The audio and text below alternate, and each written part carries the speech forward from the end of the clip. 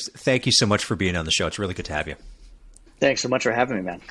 Why don't you give everyone a sense of your origin story? Who's Chris Adams, and what is the Ellis Adams Group? Why is that even important? Hey, why is that important? We're in the hospitality industry. That's who we are. That's what our brand is. It's our ethos. But I have to tell you, it didn't start that way for me. At least I didn't realize it was starting that way. I grew up in the hospitality industry, or not in the hospitality industry. I grew up in the entertainment industry. I had never worked in hospitality before, right? So you think about most individuals growing up and either in college or whatnot, that they do a bartending gig or serving. Yep. I had never done that. So I wasn't, I don't know. I didn't understand what the industry was, other than I had eaten at great restaurants, and that was about the extent of it. Then I stumbled into this industry at an early age. I call it an early age. It was my late teens, early 20s. Okay. And when I say fell in love with it, I think that's a very mild understatement. I became obsessed with the hospitality industry. And from that, I started off my career with the Ritz-Carlton Hotel Company, and it started off as a part-time pool attendant. When I tell you, I knew nothing about the industry, I was like, pool attendant, sounds cool. And it was probably one of the best jobs I've ever had, right? You get to walk around a luxury resort and hang out at the pool all day. And that really steamrolled for me and turned into 20 plus years now of working my way up the ladder at Ritz-Carlton, and doing a lot of different things around Marriott International and many of their brands as a consultant for them, opening my own restaurants and bars and nightclubs. And I mean, it's been such a wild ride that all stemmed from an accidental summer job at a luxury resort. Which has now turned into our brand, which is it's a luxury lifestyle brand that is hyper focused on hospitality. And it's funny, I look back, and I've told this story before, and every time I tell it, it rings more and more true, is that I didn't realize growing up that I was being prepped for this industry. And the reason I say that is my grandparents had a 4-bedroom home. And one of those bedrooms, from the time I have memories of being at their place until they passed away, there was never a time that someone wasn't living in that extra bedroom that I didn't know, right? And I'm talking like they ultimately became Uncle so-and-so or Aunt so-and-so, and they were individuals that either were down on their luck, they were in between jobs, they were passing through with family, whatever it was. My grandparents were the ultimate, we're your safe space. We're your place of refuge. Let us help you get back where you need to be. We believe in you. They were that kind of temperament. And I didn't realize growing up that I was being prepped for they were the best hoteliers I'd ever seen in my life, right? I can remember growing up, showing up to my grandmother's house at 2 or 3 o'clock in the morning with friends. You can imagine what that was like. Oh, yeah. And her being up because she was a night owl, weirdly enough. And if you walked in the door, she was cooking. And she was going to make us pancakes or burgers at 2, 3 o'clock in the morning.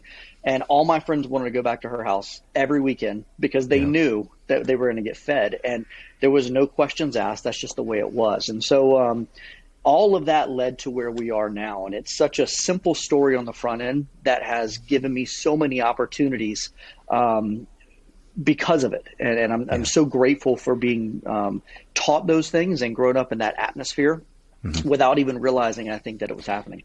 It's so funny. You get these experiences through your life. I love the way you put that, that just, you don't know what's happening in real time, right? But it shapes your perspective on things and how you look after people. And these little, they layer on top of one another. Go ahead. It's funny you say that, because you brought up something that I think holds true regardless of where you're at in life. And from a career or personal standpoint, is that, what's the old saying? It's, you can't see the forest beyond the trees. Yeah, right. It's so difficult when you're in the moment of something to really understand the long-term effects of what it is. And I use a term many times that says, our choices today affect our tomorrow. Don't let our emotions dictate our behavior and all those things, because as human beings, we're very emotional and we tend to make our decisions based on the moment. based on a feeling that we're having right now. And that feeling determines a behavior. And then that behavior that we're making today, that choice we're making, we don't realize what it's going to do to us 2 days, 2 weeks, 2 years, 20 years down the line.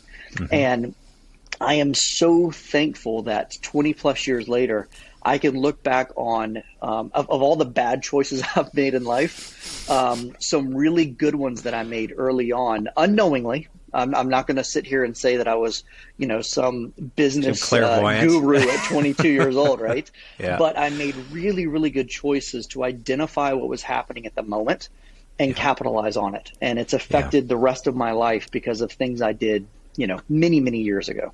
Isn't that funny? And even as you get into a senior leadership role, those emotionally charged decisions and that way of maybe reacting to situations, depending on whether you're trying to elicit change in an organization or you're trying to impose your will on something because you want it one way so badly or whatever.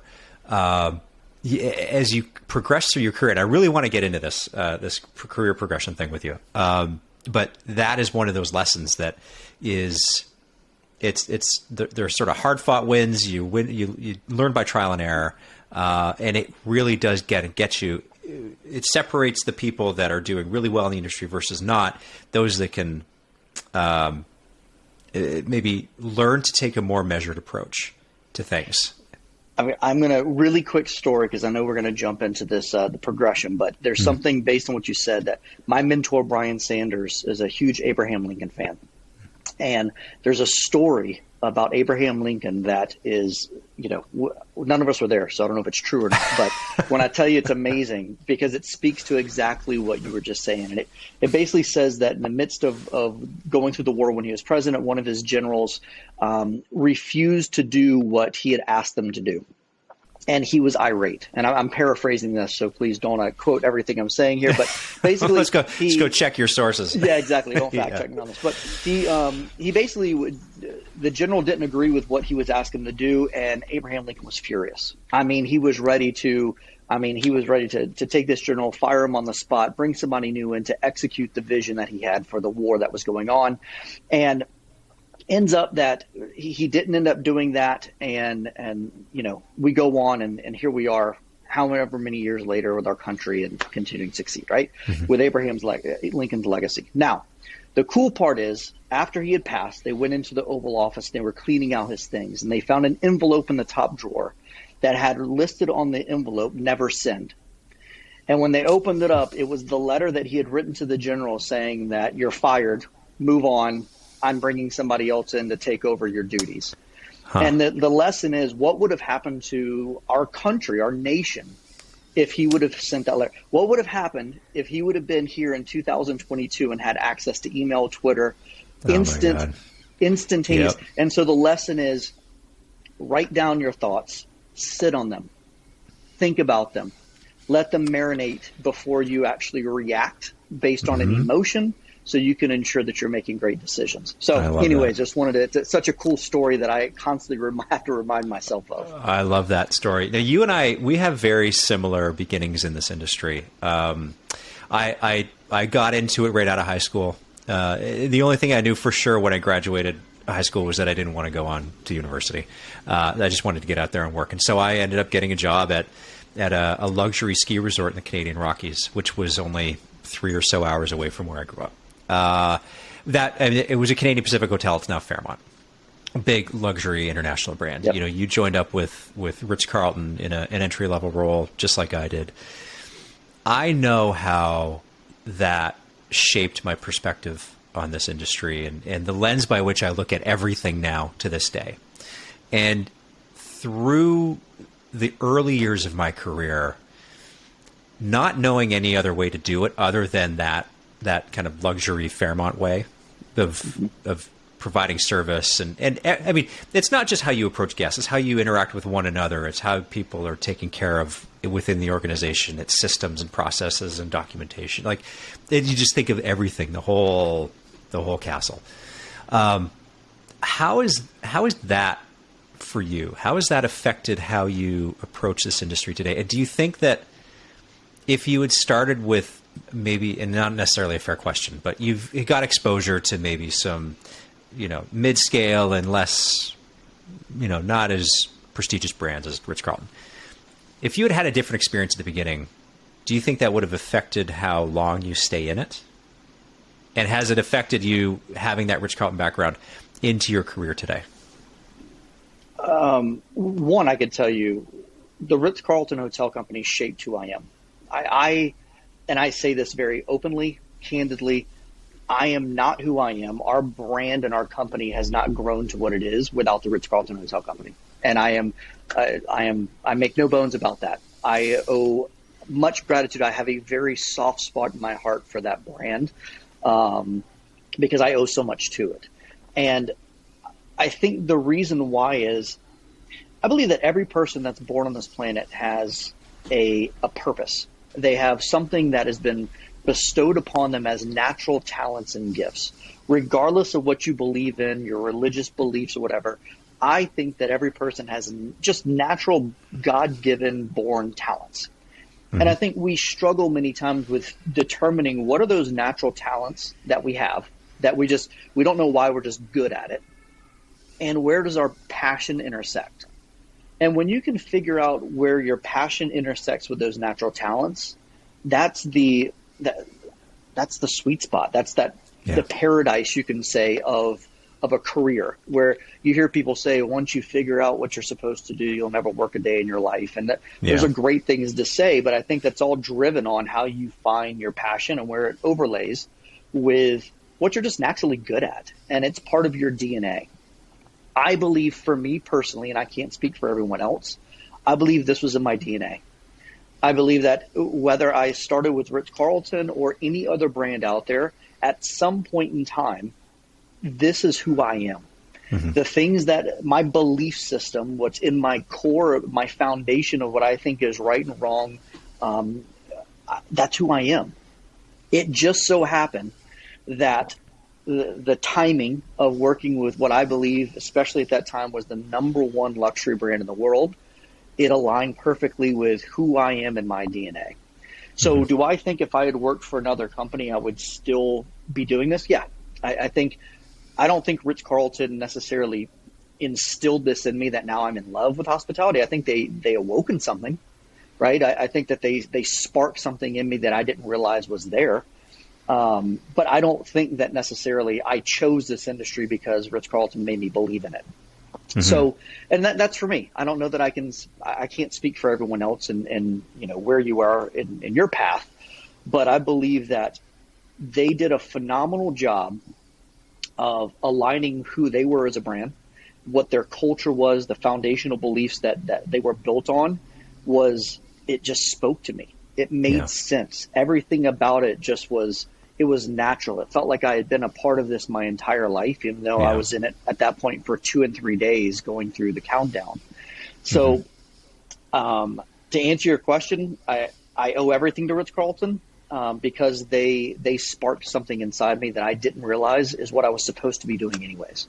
Yeah, and I think the missing link in a lot of organizations is that through the orientation, the onboarding process, and the things that you interact with and you come up against on a day-to-day basis, things that are, slogans written on the wall and in all the internal documents, there has to be alignment between what those things say and the actions that people take within the organization on a day-to-day basis, right? And it goes back to the leadership thing and thinking before you act, like what we were just talking about, and where I think a lot of hospitality organizations fall down, at least they were pre-pandemic. And I do think that, there is definitely an argument to be made that the companies that are struggling with finding people right now are the ones that also have a lot of misalignment between words and actions.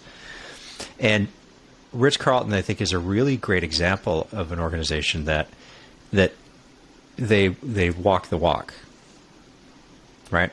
This isn't something that, sure, you're going to have struggles day to day, but at the end of the day, there's alignment and continuity and congruence at many levels. And that's why they've managed to be successful for as long as they have. And this is not a commercial for Ritz-Carlton, but I just think I'm trying to demonstrate that it's a there's more to it than just like having a great mission statement. You got to do more than that.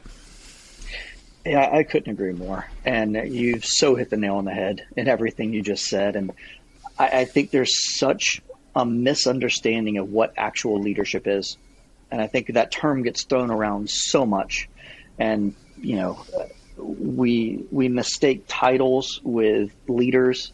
And I think one of the biggest things that we're lacking right now, and I'm talking about our industry specifically, and one of the reasons why we're struggling so hard from a labor standpoint is from a lack of leadership. People, being a leader says that when I wake up every day as a CEO of our company, it is my job to do everything in my power to maximize my team's potential. It is my job to pull out of them what they didn't realize they were capable of. It is my job to expose them to things that they never thought they'd be exposed to. It's my job to clear the path for them and allow them to be great and to flourish into the purpose that's been bestowed upon them. That's my job. And my job is not to check boxes. My job is to, yes, I need to be a good steward in running my business. Yes, I need to make sure that we are financially sound so we can continue to grow. But at the end of the day, it is my job to put together the absolute best team of individuals and allow them to be great and clear the path for them to be great. And when you look at leadership, it is about saying that I care so much more about my team than they realize. It destroys me when I have to do something that is going to affect them. When the pandemic happened and we saw people going through furloughs and all these different things, and I watched God rest his soul, I watched Arnie Sorensen, the former CEO of Marriott International. He did a video internally for his team, and he was distraught. He was broken about the situation. The fact that he was having to make choices and decisions that he knew was affecting his overall team of thousands upon thousands of people that work for Marriott International. But that's leadership. Leadership is understanding that I'm not trying to get through today. I'm casting a strategic plan and a vision for my team for their future. And if my team member comes to me and says, Chris, I don't even know what to say, but I've got this opportunity that's been thrown upon me that is an opportunity I never thought I would ever get. It is my dream to be able to do this. It is my job to help them get there. It's my job to push and promote and set them up for success, because that's what leadership is. It's not about me. It is about them, and leadership is tough. It is a mantle. It is not. It's not convenient. It is a burden, but it is something that when you understand it, when you believe it, and when you're able to do it, it is something selfishly, there's nothing that feels better. There's nothing that feels better than seeing my team succeed, seeing them do things they never thought they can do. I have a team member this past week that got to go to a location on the planet that she was dreaming of going to, and to watch her gush over the fact that she's got the best job in the world and look what I get to do for a living.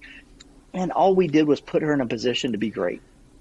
And let her flourish. And I think that when we go back to what you were talking about and we look at where are we at in our industry, that missing component, and one thing Ritz-Carlton did extremely well when I started with that company, was they made me believe. They made me believe that they actually cared about me. They have an employee promise with Ritz-Carlton, and the first line says, at the Ritz-Carlton, the ladies and gentlemen are our most important resource in our service commitment to our guest. That's the first line. And that's cool to write that, right? Many companies have these amazing employee promises and all. But the fact that I believed them, and they showed me, and they invested in me, and they put me in positions to help me succeed and fail, for that matter, right? It wasn't always roses and rainbows. But I believed that they cared about me and my future. And I think when we can get back to that place where our team members, or those that are looking to potentially join our teams, believe us, and they trust us, that we honest to God have their best interests at heart, it is a game changer for your organization. You will be able to maximize their productivity, their happiness, their work-life balance, which is such a huge thing right now. Work-life balance is typically, it sways one way or the other because of unhappiness. right? Yeah. When I'm doing something I don't want to do, all I could think about is what I'm not doing. It's not being And when there. we can, yeah. exactly. So when we can find it, we can give them that purpose of something bigger than themselves. It changes. It is a game changer for your company. Yeah, I love the way you said that. And I get the follow-up question. This is something that I think about a lot. And to be perfectly frank, I don't know what the answer is. I think we're going to find it in time. There's going to be a lot of trial and error. But from your place and perspective, what do we need to change? Where are the pieces within this industry that we all know are broken, but are just preventing us from getting to that next place? I think there's a lot, right? I don't think there's one thing. If we just do X, it'll get us the result we're looking for. I think it's a multitude of things that need to happen to really get us to a place where we're finding, I guess, the success that we're all needing and looking for right now. I think one of it is healing. I think we went through many, many years of working in an industry that, for all intents and purposes, let's call a spade a spade. Let's be very honest in how we speak about this right now. And we're going to talk about the U.S. specifically, because it's a little different here than some other parts of the world. Mm-hmm. When you look at the hospitality industry, most individuals didn't wake up at 11 years old with a dream of being X in the hospitality industry, right? Right. You woke up wanting one day to be a professional athlete, a ballet dancer, whatever it is. Most people didn't wake up going, my God, one day I hope to be a bartender, right? That's just not, that's not normally what it was. And we have, unfortunately, taken the hospitality industry and we've made it a very, what's the right word? It's a fallback industry. Mm-hmm. It's almost viewed as, oh man, what went wrong? What did you not accomplish in life? Were you trying to go be a doctor and it just didn't work out and that's what you had to fall into, right? It's it's viewed almost as it wasn't your first option. So man, that's too bad. Yeah. Versus this is a chosen career because you have a heart for others. And because we've created this perception of what the industry is, it's then taken it to the next step as social media began to grow that says it's a very thankless job, right? The only time anybody you hear your name as written on a piece of paper or now online is typically when you screw up, right? Thanks to Yelp or whatever it is. I work most nights, I work weekends and holidays. I'm underpaid because my pay, especially if you're a server or bartender, is generally based upon the premise that if you like me enough based on what I'm delivering to you, you're going to leave enough money on the table that I can feed my family, right? It's not based on any, in most jobs, it's if you're great at your job, you get promotions and your pay is commensurate to your talents. Mm-hmm. In the hospitality industry, especially front of the house, it's literally driven on, I hope to God this table likes me, Yeah, it's true. And at the end of it, they're not going to tell me how great I was, probably. They're not going to give me off on Friday night. I'm not going to go get to see the recital for my kid. I'm not going to be able to spend Christmas morning with them. I'm not going to be able to do Mother's Day. All these things. And then we sit back when something happens, right? A pandemic happens. And the first thing we do without blinking an eye is let people go. Yep. You're gone. But then when things ramp back up and we need them all come back, we're all scratching our heads and going, man, I don't know why people don't want to come back. They just don't want to work. Right. That's what it is. Yeah. They don't want to work. They're lazy. And I'm sitting there going, well, we kind of created this. Yeah. Because in the past 2 years is the first time for many individuals, because they started doing this at 18, 19 years old, and now they're 30-something years old, and they didn't realize 15 years passed in their life. And that the past 2 years was the first time that they got to spend Christmas with their family. Mm-hmm. It was the first time on a Friday afternoon that they got to go meet their friends in someone's garage and drink a beer and throw darts. Yep. And they went, this is what you guys do every week? And they go, yeah, This is our Friday. And they went, what am I doing? Yep. What am I doing with my life? So we created this, but then we sit back and wonder why they aren't coming back. So to fast forward and say, what are we going to do to fix it? Well, we've got to change the way that we operate. We've got to change our models. We've got to change our labor models. We've got to change our structure, the way our P&Ls look. And so when I said it's not one thing, it's a huge undertaking. When you look at most ownership groups in our industry now, it's hedge funds and real estate groups and all these different things. It makes it difficult because they're not the ones staring at Steve and Beth and the different ones that we're having to look at on a day in and day out basis going, no, I swear I care, but my hands are tied. Yeah. And that's a tough conversation to have. So until we change the structure, and I think the only way it's going to happen is that there's going to be some organization out there, probably not one of the big guys, that's going to be a disruptor. And they're going to go out on a limb, do something crazy, completely flip the way that they operate. Their model's going to be different, and everyone's going to say, this makes no sense. It's going to fail, and it's going to work. And when it does, the market's going to demand that everything changes, and then you're going to see everyone start to dramatically shift the way that they do their business. But until that happens, we're going to keep running in this constant ball of scratching our heads, not understanding why, yet completely knowing why. Yeah, that's a really good point. I mean, God, everything that you just talked about is what a lot of what I've been talking about the last few years here, between lived experience on both sides of the coin. And if your job as a leader if your success is predicated on not needing to change the way you do things when you have new information, then you have no incentive to change things. And the fact of the matter is that in senior leadership roles in a lot of these large organizations, the same people are in charge as pre-pandemic as they are today. And they, I actually have talked about this on several podcasts where, had I not been laid off at the start of the pandemic and forced to do all of the things that I've been doing over the last 2 years, would I internalize what I know is wrong and be working to try and fix it, or would I just be sort of on that treadmill of sort of railing at why aren't people coming back? And why don't we throw another $1,000 signing bonus at them? Why don't we try a 4-day-a-week schedule? No, too much pushback in the executive meeting room on 4-day work weeks. Okay, fine, let's not do that.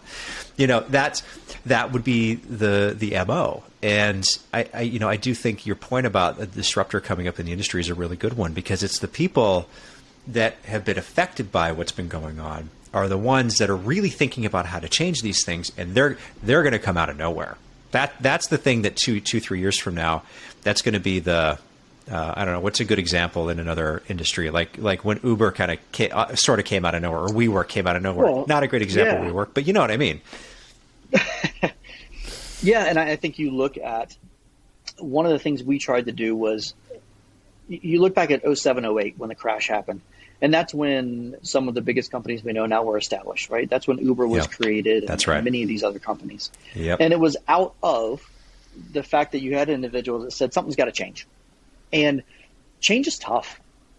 And naturally, most humans, they don't enjoy change. They're fearful of change. It makes you uncomfortable. We need individuals right now. And one thing that we did at the start of this pandemic was no one had a playbook for this, right? It wasn't like the financial crash where we go, okay, let's watch what happened there so we can alter our choices to get better results. Like no one knew how to respond in the world that we currently live in to a pandemic.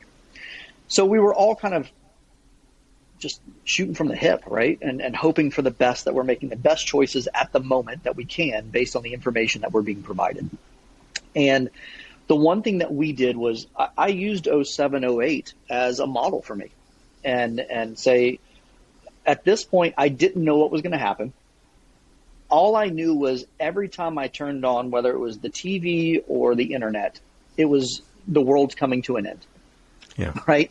It was doom and gloom and, go buy as many things from the store and board up your windows because this is it. This is the world is ending. And I said, I'm not okay with that.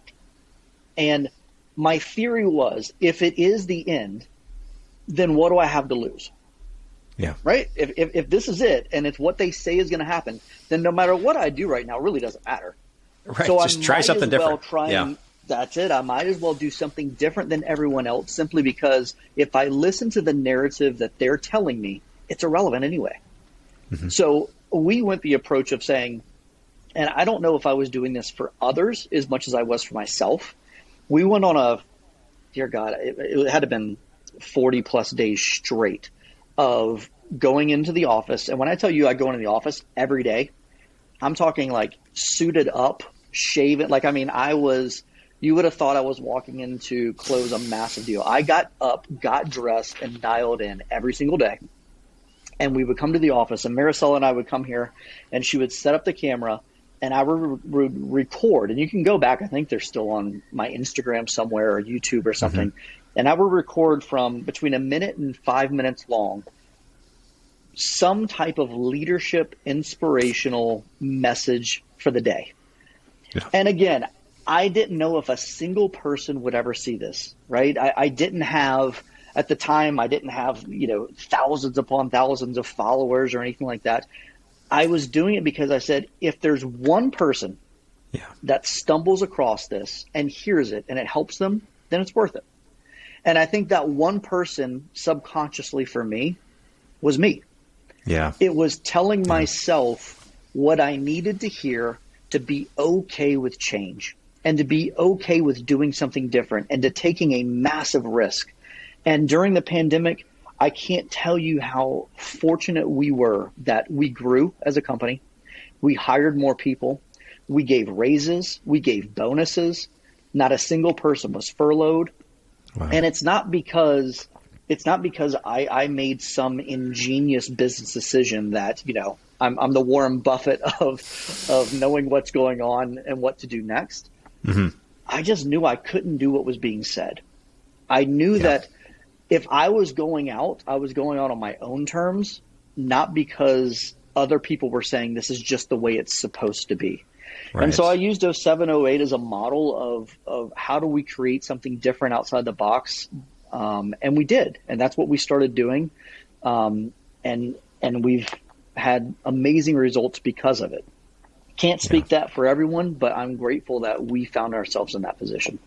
Yeah. Are you able to share anything that you guys did that might help people that are still in this, like, what do I do? How do I attract a new person? Or maybe, I always say that the best recruiting strategy is a retention strategy. So maybe somebody who's just in this like churn of bodies.